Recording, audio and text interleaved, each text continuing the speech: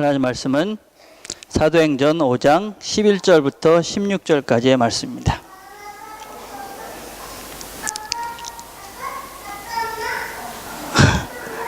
제가 읽겠습니다. 온 교회와 이 일을 듣는 사람들이 다 크게 두려워하니라. 사도들의 손을 통하여 민간의 표적과 기사가 많이 일어나매 믿는 사람이 다 마음을 같이하여 솔로몬 행각에 모이고 그 나머지는 감히 그들과 상종하는 사람이 없으나 백성이 칭송하더라. 믿고 주께로 나오는 자가 더 많으니 남녀의 큰 무리더라. 심지어 병든 사람을 메고 거리에 나가 침대와 요 위에 누이고 베드로가 지날 때에 혹 그의 그림자라도 누구에게 덮일까 바라고 예루살렘 부근에 수많은 사람들도 모여 병든 사람과 더러운 귀신에게 괴로움 받는 사람을 데리고 와서 다 나음을 얻으니라. 아멘. 오늘 설교 제목은 뭐냐면 공짜 점심은 있다, 이런 것입니다. 이 말은 우리나라 영어 수거 중에 영어 이제 속담이에요, 그죠? There is no such a free lunch, 이런 말입니다. 이게 우리나라 말로는 세상에 공짜는 없다, 막 그런 말입니다. 이 말의 배경은 언제냐면 서부 개척 시대에 한 이 레스토랑이 있었습니다.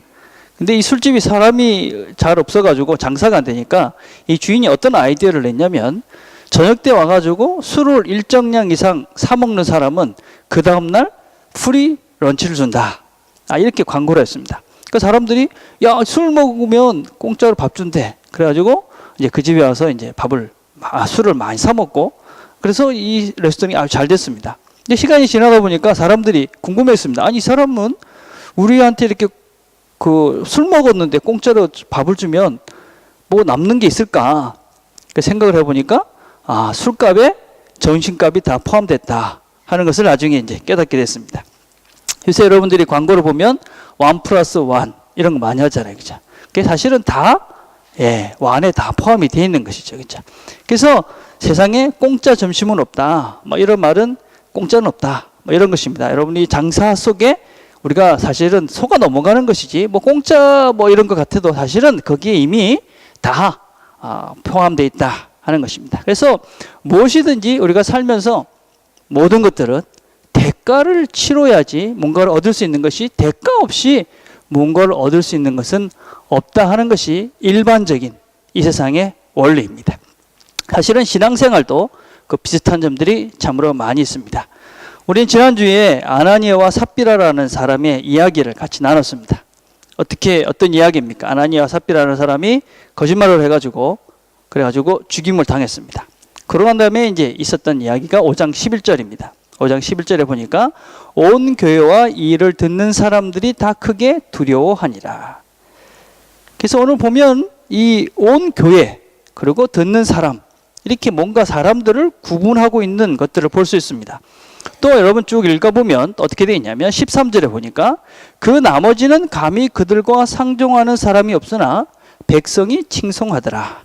14절은 믿고 주께로 나온 자가 더 많으니 남녀의 큰 무리더라. 성경은 지금 어떻게 두 부류를 구분하고 있냐면 하나님을 믿는 사람들이 있고 이 하나님을 안 믿는 사람들이 있다라고 지금 이렇게 구분을 하고 있습니다. 특별히 13절에 보면 좀 독특한 표현이 있는데 이 사람들이 백성들이 이 사람들을 참 존경할 만하다, 어르마이어블하다, 아주 존경할 만하다.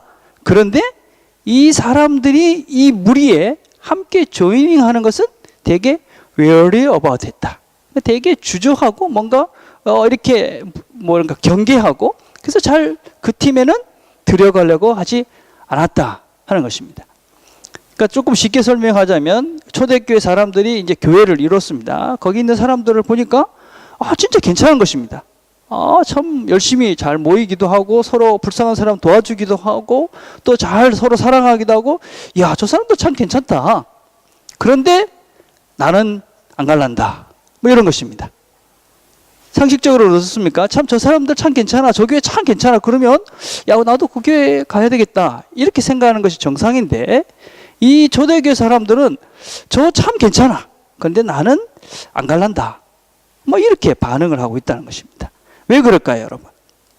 참 괜찮은 사람들인데 나도 그 무리에 좀 존경할 만한 그런 단체에 나도 속해야 돼. 그럼 나도 가고 싶은 게 당연한데 안 갈란다. 왜 그랬을까? 우리가 뭐 쉽게 여러 가지 추측이 가능합니다. 첫째는 우리가 10절까지 이 앞에 아나니아 삽비라의 이야기를 들었습니다. 야, 교회 잘못 가서 거짓말하고 그럼 죽는데 뭐 이런 소문이 났었겠지요. 그렇죠? 또 그 당시에 그리스도인들은 유대인들로부터 많은 박해를 받았습니다. 그래가지고 사도들은 감옥에 끌려가기도 하고 잡혀가기도 하고 매를 맞기도 했습니다. 근데 이 사람들이 이 예수 믿는다고 저렇게 됐다가 우리도 저렇게 뭐 맞고 뭐 이러는 거 아니야? 뭐 이런 생각을 할 수 있었던 것이죠. 또 그 당시에 이 그리스도인들의 삶의 스타일은 좀 독특했습니다. 다른 유대인들이나 이런 사람들은 사실은 가정도 별로 그렇게 중요하게 생각하지 않았습니다. 이혼을 아주 쉽게 했고 가정이 아주 엉망이었습니다. 근데 이 그리스도인들은 그렇게 살지 않았습니다. 그래서 그냥 보니까 야, 저 무리에 들어갔다가는 내가 하고 싶은 것도 제대로 못하고 그냥 좀 뭐 이렇게 살아야 되는 거 아니야? 뭐 이런 생각을 했기 때문에 이 사람들은 그 무리에 속해지는 것을 주저했습니다. 그런데 그 중에 어떤 사람들은 그 무리에 들어갔다. 회심을 하고 하나님 백성이 됐다. 이런 것입니다. 자, 여러분, 우리가 살면서 어떤 것들을 선택하며 살지 않습니까? 그죠? 그럼 선택을 하게 되면 어떻습니까? 계산을 하잖아요. 그죠? 내가 이것을 취하고 저것을 버리면 나한테 얼마나 유익이 되고 어떤 것이 손해가 될까? 뭐 이렇게 계산을 하지 않습니까? 뭐 유익하다는 것이 뭐 경제적인 것뿐만 아니라 여러 가지가 있겠죠. 그렇죠? 이 사람들은 생각을 해본 것이죠. 내가 그리스도인이 되면 이런저런 고난도 받고 또 이런저런 손해도 봐야 되고 또 이렇게 내가 즐기던 여러 가지 것도 포기해야 되고 그래서 그것보다 내가 지금 그걸 포기하고 예수 믿는 것보다는 지금 이게 더 좋아. 그런 사람들은 예수를 안 믿었겠지요. 그 공동체에 포함이 안 된 것이고 이것보다는 내가 지금까지 즐기던 이것보다는 이것 이렇게 고난을 받고 이렇게 힘들어도 내가 손해를 봐도 이것이 더 맞는 것 같아. 그런 사람은 그리스도인이 됐겠죠. 그죠? 자, 여러분, 우리도 지금 동일한 것입니다. 그죠? 우리가 어떤 것들을 선택한다는 것은, 무엇을 선택한다 하는 것은 어떤 다른 것들을 포기하는 대가를 치러야 됩니다. 내가 그리스도인으로서 살기로 결정을 했다 그러면 그리스도인이 안 된 비그리스도인으로서의 살면서 여러 가지 것들을 포기하는 것을 의미합니다. 근데 내가 그리스도인이 됐다 이러면서도 비그리스도인으로서 그리스도인이 안 됐을 때 가졌던 것들을 동일하게 하고 있다면 이 사람은 그리스도인이 아닌 것이죠. 그죠? 예. 어떤 면에서는 참 불쌍한 사람들이 누구냐면 교회를 다니면서도 예수를 잘 안 믿는 사람입니다. 그게 무슨 얘기냐면 어중간하게 사는 사람입니다. 예수를 믿는다 그러면 하나를 포기하면 하나를 얻을 수 있는데 뭐 이렇게 예수 믿는다 그러면서도 여전히 세상의 것들을 가지고 이렇게 교회를 왔다 갔다 하면 참 불쌍한 거죠. 그렇죠? 근데 왜 그렇게 되느냐면요. 이런 것입니다. 여러분, 예수를 믿는다고 그래서 내가 예수를 믿기로 했다. 작정을 합니다. 자, 그래서 내가 세상의 것들을 포기하자. 그래서 포기를 했습니다. 교회를 나왔습니다. 그러면 어떤 세상의 것들을 포기하고 난 다음에 교회로 왔기 때문에 뭔가 나한테 그 큰 뭔가 유익이 눈에 확 들어오면 잘했어.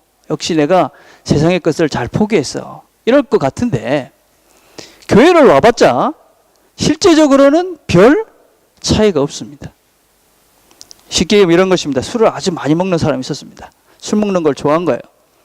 근데 이 사람이 교회를 가기로 결정을 하고 술을 끊었습니다. 예배를 참석했습니다.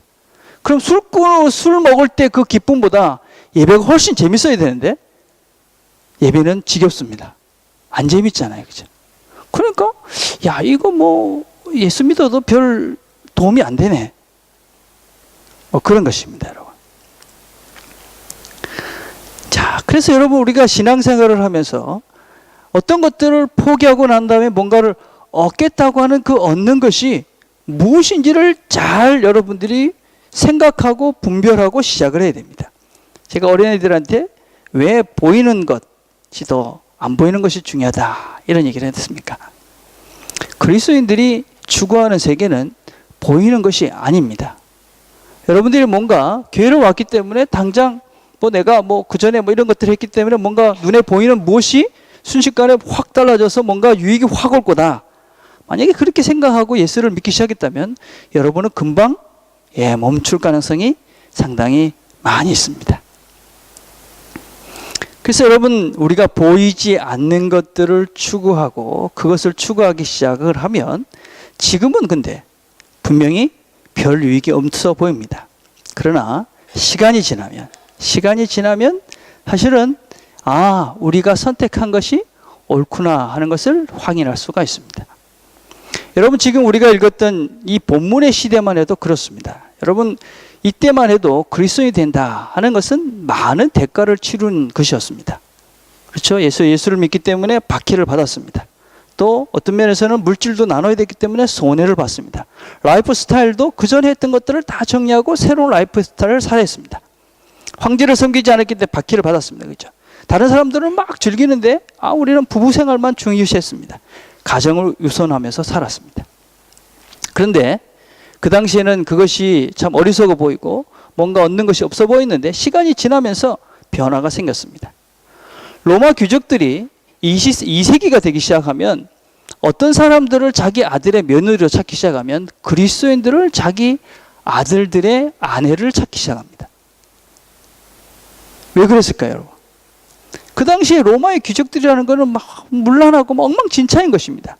근데 그리스도인들을 보니까 가정에 충실하고 정말 괜찮은 것입니다. 그러니까 우리 가정을 위해서 누구를 선택하겠습니까? 그리스도인들을 선택한 것입니다.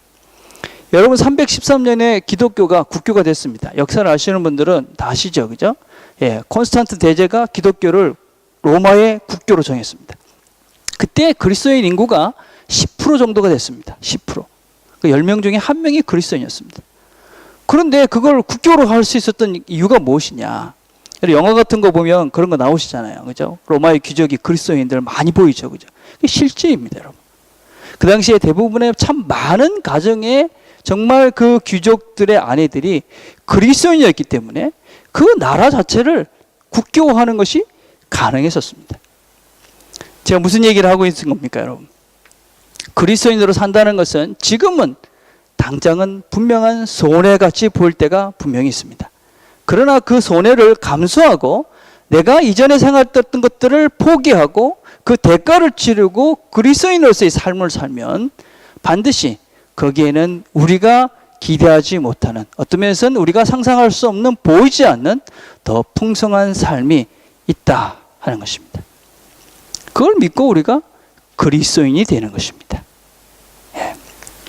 자, 그러면 우리는 어떤 가치를 추구해야 됩니까? 무엇을 위해서, 어떤 것들을 근거로 해서 우리가 이것을 선택합니까? 우리는 그 선택의 근거가 참으로 중요합니다. 그렇죠? 우리가 지금 살고 있는 시대를 인포메이션의 홍수 시대에 살고 있습니다. 여러분, 잘못된 인포메이션이 엄청 많습니다. 제가 얼마 전에 어떤 목사님들하고 이야기하는데 어떤 그런 분은 이렇게 얘기하시는 거예요. 일본 지금 심각하잖아요, 그죠? 그러면서 일본으로 가는 뭐 비자가 뭐 카나다, 무슨 호주 같은 데서는 비자도 내주지 않는단다. 그러면서 무슨 글이 올라온 거예요. 그래서 아무리 생각해도 이거 좀 말이 안 맞는 것 같더라고요. 그래서 제가 카나다 그 대사관에 들어가서 봤습니다. 그러니까는 사실일까요, 아닐까요? 아닙니다, 여러분. 그 잘못된 인포메이션이죠. 어째 국가에서 무슨 비자를 내주는 것을 그렇게 쉬운 건 아니잖아요, 그죠? 그렇지 않더라고요. 틀린 거를 그냥 인터넷에서 돌아다니니까 그걸 보고 진짜다 이러고 이제 이야기를 하는 겁니다. 그러면 이제 사람들이 호주 사람들이 비자 내주지 않는데 뭐 이렇게 이제 이상한 소리를 하게 되는 거죠, 그죠? 물론 여러분, 일본 음식은 먹을 필요가 없습니다. 지금 여러 많이 오염됐기 때문에, 그죠? 먹을 필요는 없죠, 그죠? 그렇지만 분명한 건 무엇이냐면 우리가 정보 저희 확인하고 우리가 그죠? 점검해보고 그러고 난 다음에 쫓아가야 됩니다, 그죠? 특별히 우리의 인생을 결정하고 살아가는 것, 그리스도인이 된다는 것은 우리가 어떤 면에서 그전에 살았던 세상의 사람들이 다 추구해가는 그것들을 포기하고 새로운 것들을 하는 것인데 그것에 대한 확신도 없고 그것에 대한 점검도 없고 그것에 대한 고민도 없이 그냥 누가 가니까, 엄마가 가니까, 아빠가 가니까, 아니면 친구가 가니까, 뭐 우리가 그동안 해왔으니까 이러고 따라간다면 어리석은 것이지요. 그래서 여러분들이 내가 그리스도인으로 됐다, 그리스도인이 된다라고 그러면 충분한 정보를 가져 충분한 연구를 거쳐서 여러분이 고민을 해서 그리고 결정을 하셔야, 그래야 후회 없는 결정을 할 수 있는 것이지요. 자, 오늘 본문을 다시 한번 가봅시다. 자, 15절과 16절에 보니까 심지어 병든 사람을 메고 거리에 나가 침대와 요외에 누이고 베드로가 지날 때 혹 그의 그림자라도 누구에게 덮일까 바라고 예루살렘 부근에 수많은 사람들도 모여 병든 사람과 더러운 귀신에게 괴로움 받는 사람을 데리고 와서 다 나음을 얻으니라. 예, 이 베드로 초대교회의 이 사도들에 의해서 일어났던 엄청난 기적적인 일들을 우리에게 보여주고 있습니다. 기적. 여러분 어떻습니까? 기적에 대해서 여러분 어떻게 생각하십니까? 기적은 있습니까? 없습니까?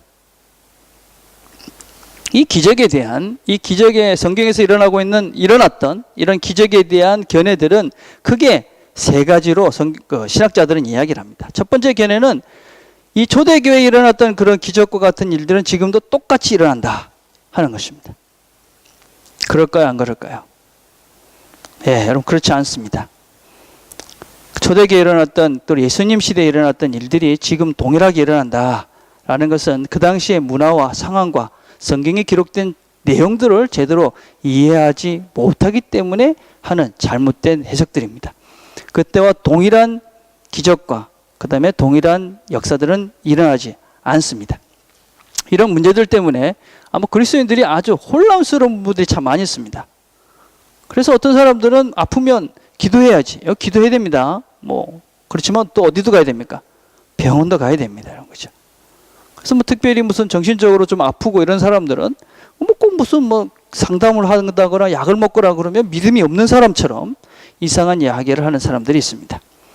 여러분 그 시대에 기도에서 나온 사람도 있고 지금도 기도에서 나올 수도 있습니다. 그렇지만 기본적으로는 그 시대에 일어났던 기적과 지금은 다릅니다.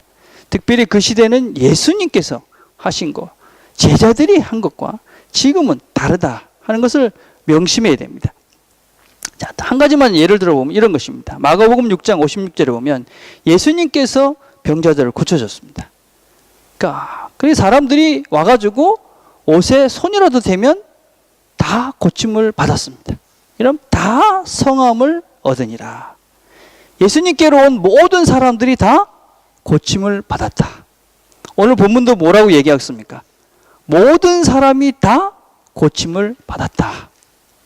어떤 사람도 예외가 없이 모든 사람이 다 예수님께 나오면, 모든 사람이 다 사도들에게 나오면 고침을 받았습니다. 그래서 지금 어느 능력 있는 사람도 다 고침을 받았다 하는 것은 없습니다, 여러분. 무슨 집회한다고 가면 막 집회합니다. 병든 사람 나오세요 일어나고 막 그러잖아요, 그죠? 근데 안 고쳐졌어. 뭐라고 그럽니까? 믿음이 없어서 그래, 그죠? 당신이 믿음이 없어가지고 지금 안 고쳐진 거야. 그렇게 이상한 소리를 합니다, 그죠? 이런 이상한 소리들에 현혹돼서는 안 됩니다. 이런 것들을 우리가 목사 무당이다 이래 이야기합니다, 여러분. 예, 그런 소리에 현혹돼서는 안 됩니다, 여러분. 절대로 그 사람이 무엇을 할 수 없습니다, 여러분. 예수님 시대, 사도 시대는 분명히 특별한 것입니다. 그래서 이 시대에 일어났던 일들이 지금도 일어난다 이렇게 이야기하는 것은 신학적으로 옳지 않습니다. 두 번째는 은사 중지론자들입니다. 기적은 일어나지 않는다. 이것도 역시 문제가 있습니다, 여러분. 하나님은 동일하십니다. 그때나 지금이나 똑같은 분이시잖아요, 그죠? 예. 그분이 왜 그때 했는 걸 지금 못 하시겠어요? 지금도 하십니다, 그죠? 예. 그게 왜 다른가는 좀 이따 제가 설명을 하고. 그리고 저는 기적이 뭔가 우리가 생각을 해볼 필요가 있는 것 같아요, 그죠, 여러분? 기적이 뭡니까? 우리가 오해를 하면 약을 먹으면 병이 고쳐진다. 의사가 가면 병을 고쳐준다. 그래 얘기를 하잖아요, 그죠? 의사가 병 고쳐줍니까? 의사들 어떻게 생각해? 의사가 병 고쳐줍니까? 약이 병을 고쳐줍니까? 예, 그렇게 생각하면 이게 돌팔이들입니다, 여러분. 의사는 뭘 하는 겁니까? 도와주는 거죠. 약은 도와주는 겁니다, 여러분, 그죠? 여러분, 약을 먹어서 병이 고쳐지는 게 아니라 약은 우리 몸이 그 병을 고칠 수 있도록 잘 도와주는 거잖아요. 만약에 약이 병을 고쳐준다 그러면 시체한테 먹이면 시체가 살아나야 되잖아요, 그죠? 시체의 병이 고쳐져야 돼. 근데 시체가 병을 고쳐졌다는 얘기 못 들으셨죠? 왜 그렇습니까? 우리 약을 먹으면 약이 우리의 어떤 부분들을 도와서 힐링을 기능을, 그죠? 우리 몸이 스스로 그것들을 고칠 수 있도록 도와주는 거죠. 그렇잖아요. 그죠? 예, 맞습니다. 알겠죠? 예. 자, 그래서 여러분, 이 기적이 뭔가 생각을 해볼 필요가 있죠. 그죠? 사실은 우리의 삶을 가만히 생각해 보면 우리의 삶의 순간순간들이 다 기적이잖아요. 그죠? 예, 기적이 참 많습니다. 예. 여러분, 그렇게 우리의 삶의 순간순간이 다 하나님의 은혜고 하나님의 도우심이다. 참 기적 같은 삶을 산다. 그럼 우리가 참 풍성한 삶을 사는 것이죠. 예. 자, 그러면 기적이라는 건 뭐냐? 이 균형 잡힌 성경적 견해는 신중 인종론이라는 견해입니다. 이 시대에 기적은 있습니다. 그러나 초대 교회와 같은 형태나 능력은 아닙니다. 오늘 우리가 읽었던 본문에는 두 가지 기적에 대한 분명한 일들을 제시합니다. 첫째는 이 기적의 주체자가 누군가 하는 것을 가르쳐 줍니다. 기적을 누가 행합니까? 15절에 보니까, 5장 12절에 보니까 사도들의 손을 통하여 민간의 표적과 기사가 많이 일어났다. 그럼 사도들이 그런 기적을 일으킵니다. 다른 식으로 이야기하면 지금은 사도가 없습니다. 그래서 그런 기적은 일어날 수가 있습니다. 그렇지만 어떤 사람에 의해서 일어나는 것은 아니다 하는 것입니다. 특별한 사람에 의해서 일어나는 것은 아니다. 왜 이 사도들이 중요합니까? 여러분 계시록 21장 14절에 보면 그 성의 성곽은 12기초석이 있고 그 위에 어린 양의 12사도의 12 이름이 있더라. 그러니까 이 사도는 그냥 우리가 생각하는 그냥 평범한 한 사람이 아닙니다. 그분들은 예수님께서 세우신 특별한 분들이고 교회의 기초가 되는, 교회의 파운데이션이 되는 그런 분들이 사도들입니다. 그래서 그분들에게 이 사람들은 특별한 사람이다 라는 것을 하나님께서 인지시켜주고 그것을 선포하기 위해서 그들에게 특별한 이적들이 일어나는 것입니다. 그래서 베드로에게 온 모든 사람들이 고침을 받은 것입니다. 믿음이 있든 없든 그게 아니라 그 모든 사람과 상관없이 이 사람이 능력의 주체다. 이 사람이 바로 하나님의 사람이다. 이 사람이 세운 교회가 하나님의 교회다 하는 것을 확인시켜 주시기 위해서 사도를 세운 것입니다. 그래서 여러분 우리가 지금 오해를 하고 사람들을 따라다니면 안 됩니다. 그죠? 그 사람들보다 우리가 더 신뢰하고 따라야 될 분이 누굽니까? 성령님이시죠. 우리와 함께 하시는 성령님. 우리를 위해서 탄식하시면서 기도해 주시는 그 성령님. 그 성령님과 함께 기도하면서 그분을 의지하고 사는 것입니다. 여러분 병 걸리면 열심히 기도하시길 바랍니다. 아픈데 그냥 병원에만 가지. 여러분 그것이 좋은 신앙이 아닙니다. 약도 드시지만 또 열심히 기도도 하셔야 됩니다. 그렇죠? 기도를 하시면 그 가운데 왜 내가 병이 걸렸는지 깨닫게 하실 거고 회개할 것도 생각나게 하실 것이고 또 지혜를 주셔서 고칠 수 있는 길도 열어주실 것이고 그런 것입니다. 그렇죠? 그래서 이 사람이 아니라 지금 우리와 함께 하시는 성령님과 함께 기도하라 하는 것입니다. 그래서 그 사도들은 특별한 존재다. 자, 두 번째, 이런 기적이 왜 일어나느냐? 이런 기적은 표적을 위해서 일어난 것입니다. 표적. 12절에 보니까 표적과 기사가 많이 일어났다. 그렇게 기록하고 있잖아요. 그렇죠? 근데 표적은 뭐고 기사는 뭡니까? 영어 성경은 조금 쉽게 되어 있죠. 그죠? Many great signs or set out among the people many wonderful things done. 기사는 뭡니까? wonderful things입니다. 놀라운 일들이 일어난 것입니다. 병이 고치고. 왜 그랬느냐? 그것은 하나님의 사인이다 하는 것입니다. 그러니까 이게 하나님의 일이다. 이게 하나님의 교회에 또 하나님의 능력이 이게 하나님이 함께 하시는 그런 사인이 필요할 때 기적은 일어납니다. 무슨 내가 뭐 이렇게 이런 게 아니라 이 자리에 하나님이 함께 하신다는 사인이 필요하구나. 그러면 기적은 하나님께서 보여주신다는 것입니다. 얼마 전에 인도네시아에서 온 한 선교사님의 글을 본 적이 있습니다. 여러분 인도네시아는 무슬림 지역입니다. 힘들게 교회를 지었습니다. 그러니까 교회를 지었는데 주변의 사람들이 다 무슬림이니까 교회에 유리창도 막 깨트리고 돌도 던지고 막 박해가 심했습니다. 근데 그 교회는 이렇게 골짜기 사이에 교회를 지어놓은 것입니다. 근데 그 옆에 큰 나무가 있었습니다. 근데 그 나무가 비가 오니까 자꾸 교회 쪽으로 무너지는 것입니다. 와, 그래가지고 사람들이 좀 전부 다 생각하기를 저 나무 무너지면 교회는 무너질 거다. 그러고 막 생각을 했습니다. 근데 어느 날 비가 엄청 오고 천둥 번개 치더니 결국 그 나무가 쓰러졌습니다. 근데 그 나무가 교회 쪽이 아니라 반대쪽으로 쓰러진 것입니다. 근데 반대쪽에 살던 사람들은 이 교회를 극심하게 박해했던 사람들이었습니다. 그것에 무너져 버렸고 거기에 살던 사람들이 다 죽음을 당했습니다. 사람들이 생각에 도저히 일어날 수 있는 일이 일어난 것입니다. 그 다음부터 사람들은 이 교회를 무시할 수 없었고 결국 거기에 복음이 전파돼서 지금은 1000명이 넘는 성도들이 교회를 다닌다고 합니다. 증거가 필요할 때 하나님은 기적을 줍니다. 이 교회가 하나님의 뜻 가운데 있는 교회다. 여러분들이 교회는 누굽니까? 교회는 우리잖아요. 그죠? 이 건물이 아니지 않습니까? 그죠? 교회는 우리입니다. 그죠? 우리의 삶 속에서 하나님의 살아계심과 우리가 교회로서의 우리의 존재를 하나님께서 확인시켜 주실 필요가 있을 때 그 현장에서 하나님은 기적을 보여주시는 것입니다. 내가 하나님의 사람으로 살면서 그죠? 하나님이 원하시는 그 일을 할 때 그리고 하나님께서 그래 내가 너와 함께하고 있어. 그 사인이 필요한 그 현장에 우리가 도저히 이해할 수 없는 하나님의 기적들이 그곳에 일어난다는 것입니다. 여러분 나의 이익이나 나의 평안이나 나의 안전, 내 번영 이것을 위해서 기적을 베풀어 주십시오. 여러분 그건 샤머니즘입니다. 그런 일은 일어나지 않습니다.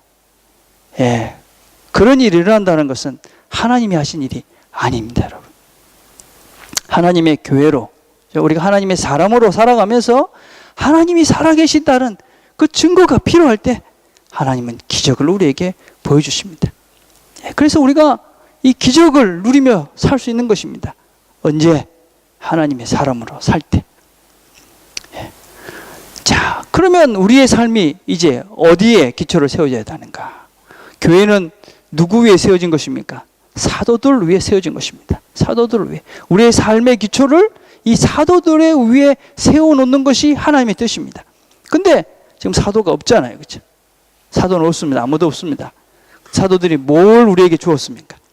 에베소서 2장 20절에 보면 너희는 사도들과 선지자들의 터 위에 세우심을 입은 자라. 그리스도 예수께서 친히 모퉁이 돌이 되셨느니라. 우리는 선지자들과 사도들의 터 위에 세움을 받은 사람입니다.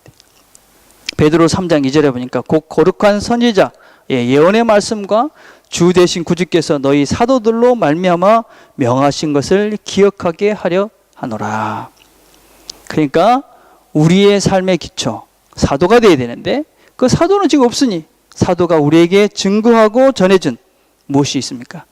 하나님의 말씀이 있는 것입니다. 그래서 우리가 하나님의 말씀 위에 우리의 삶의 기초를 세우고 그 말씀대로 살아갈 때 우리가 삶의 현장에서 기적을 경험하며 사는 것이지. 여러분 성경은 참 복잡한 책입니다. 여러분 성경을 그래 단순하게 이해하시면 안 됩니다. 그렇죠? 금주에 우리가 큐티를 했습니다. 큐티 중에 제가 어떤 설명을 했냐면 위경, 외경, 정경 이런 말을 했습니다. 무슨 말인지 다 아시죠? 다 아실 거라고 믿습니다. 예. 위경이 뭡니까? 가짜 책이다라는 뜻입니다. 예. 여러분 성경은 우리가 지금 갖고 있는 66권이 하늘에서 뚝 떨어진 책이 아니죠.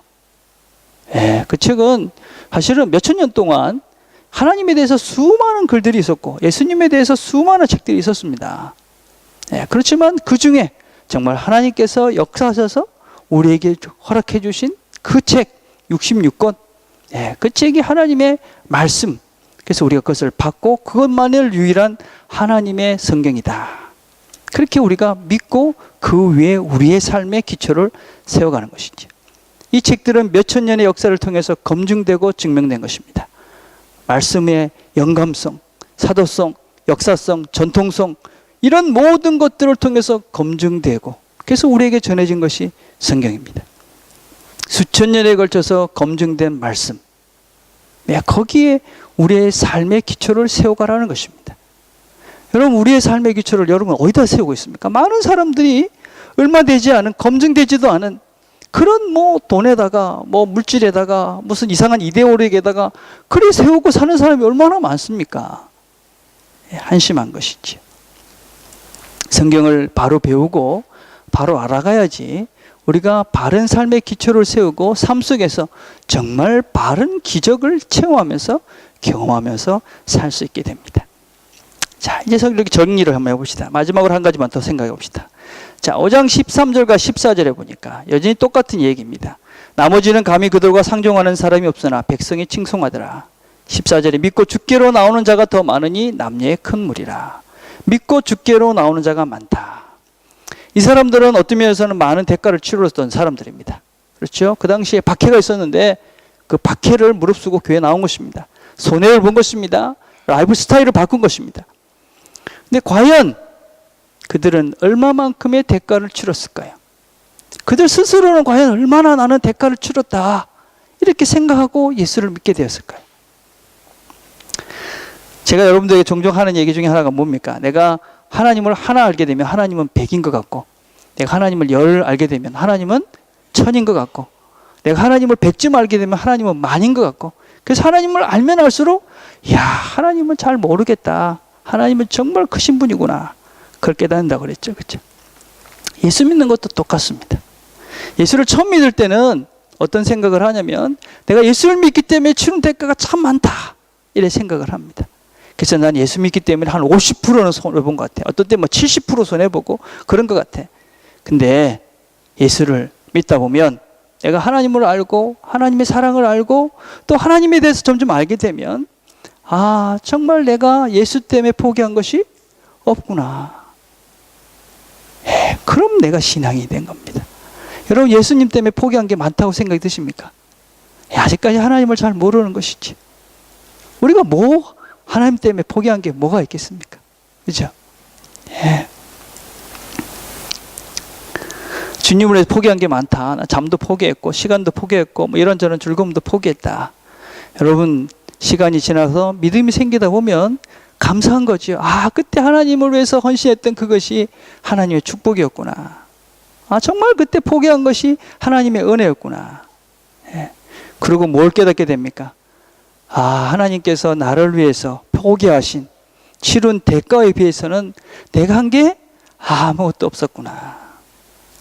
예. 우리가 하나님의 은혜를 알게 되면 내가 하나님을 위해서 하는 이 헌신, 뭐 포기, 대가, 이게 참 너무나 미약하다, 연약했구나, 아무것도 아니구나 하는 걸 깨닫게 되지. 그래서 아, 하나님의 은혜로 이 쓸데없는 자, 이런 찬송이 나오는 것이죠. 그렇죠? 예.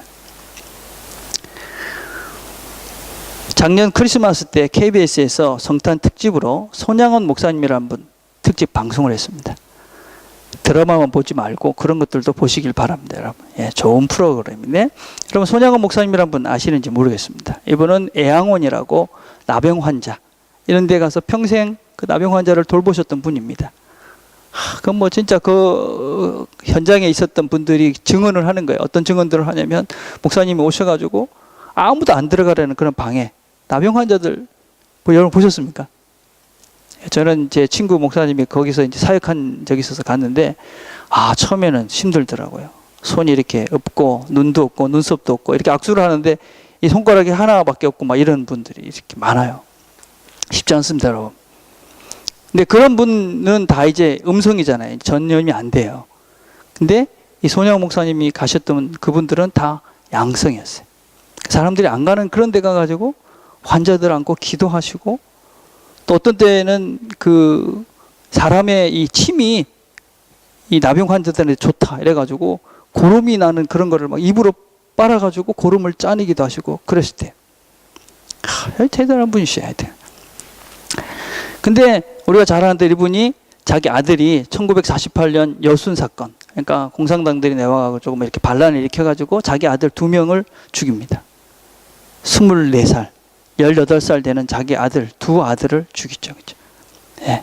그러고 난 다음에 그 자기 아들을 죽인 그 사람을 자기의 양아들로 삼죠. 이분이 하신 기도가 있습니다. 그 장례식 때 했던 유명한 9가지 감사가 있죠. 뭐 다 하는 몇 가지가 있는데 이렇게 기도합니다. 나 같은 죄인의 혈통에서 순교의 자식이 나게 하셨으니 하나님께 감사합니다. 또 4번에 보면 또한 이 아들의 순교도 귀하다 하거늘 하물며 2 아들이 순교를 하니요 감사합니다. 예수 믿다가 와서 종신하는 것도 큰 복이라 하건 하물며 전도하다가 총살 순교당함이라니요. 감사합니다. 6번에 보니까 미국 가려고 준비하던 내 아들 미국보다 더 좋은 천국 갔으니 내 마음 안심되어 감사합니다. 나의 두 아들을 총살한 원수를 회개시켜 내 아들 삼고자 하는 사랑하는 마음 주신 하나님께 감사합니다. 이 같은 역경 속에서 이상 8가지의 진리와 신의를 찾는 기쁜 마음, 여유 있는 믿음을 주신 우리 주 예수 그리스도께 감사합니다. 그 아들 되신 그 큰딸 되시는 분이 아직까지 살아계세요. 82이시더라고요. 그분이 드라마 이 다큐멘터리 나와서 이런 증언들을 해요. 그 아버지가 그 자기 뭡니까 이 아들을 죽인 그 2명을 죽인 그 사람을 양자로 삼겠다 이렇게 이야기를 하니까 아버지한테 와서 컴플레인을 하는 겁니다. 아버지 용서하면 되지. 그 사람을 우리 식구로 들이면 내가 오빠라고 불러야 되는데 그게 어떻게 가능하냐고. 나는 죽어도 못 산다고 막 이렇게 이제 소리를 지릅니다. 그러니까 손양 목사님이 이렇게 말했다고 그럽니다. 성경을 봐라. 용서라고 했지. 그래서 용서해야지. 그리고 원수를 사랑하라고 하지 않았느냐. 그러니 사랑하라 했으니 사랑해야 하지 않겠느냐. 그래서 그 자기 아들을 죽인 그 사람을 양아들로 삼아서 같이 살죠. 저는 이런 글을 보면서 참 감사했습니다. 참 이런 믿음의 선배들이 있구나. 우리도 이럴 수 있겠구나. 참 감사한 것이죠. 그렇죠? 어떻게 이것이 가능했겠어요? 어떤 이런 마음이 주셨을까? 하나님이 자기를 위해서 사랑하신 그 사랑의 크기를 알았기 때문에 그렇지 않을까 생각합니다. 하나님이 얼마나 우리를 사랑하셨는데 하나님이 자기 아들을 주기까지 우리를 사랑하셨는데 그 사랑을 아는 사람이 어떻게 이것도 못하겠나. 그런 마음이 있지 않았을까 생각합니다.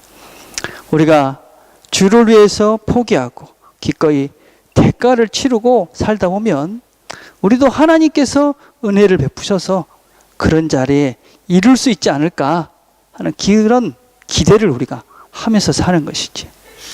우리 모두가 지금은 비록 부족하고 지금은 우리가 다 연약해서 하나님께 뭐 조금만 하면 뭐 대단히 하는 것 같은 그런 부족한 신앙이지만 하나님의 사랑을 알아가면서 정말 우리의 모든 것을 드려도 하나님이 나를 위해 사랑한 것보다 내가 정말 아무것도 아니구나.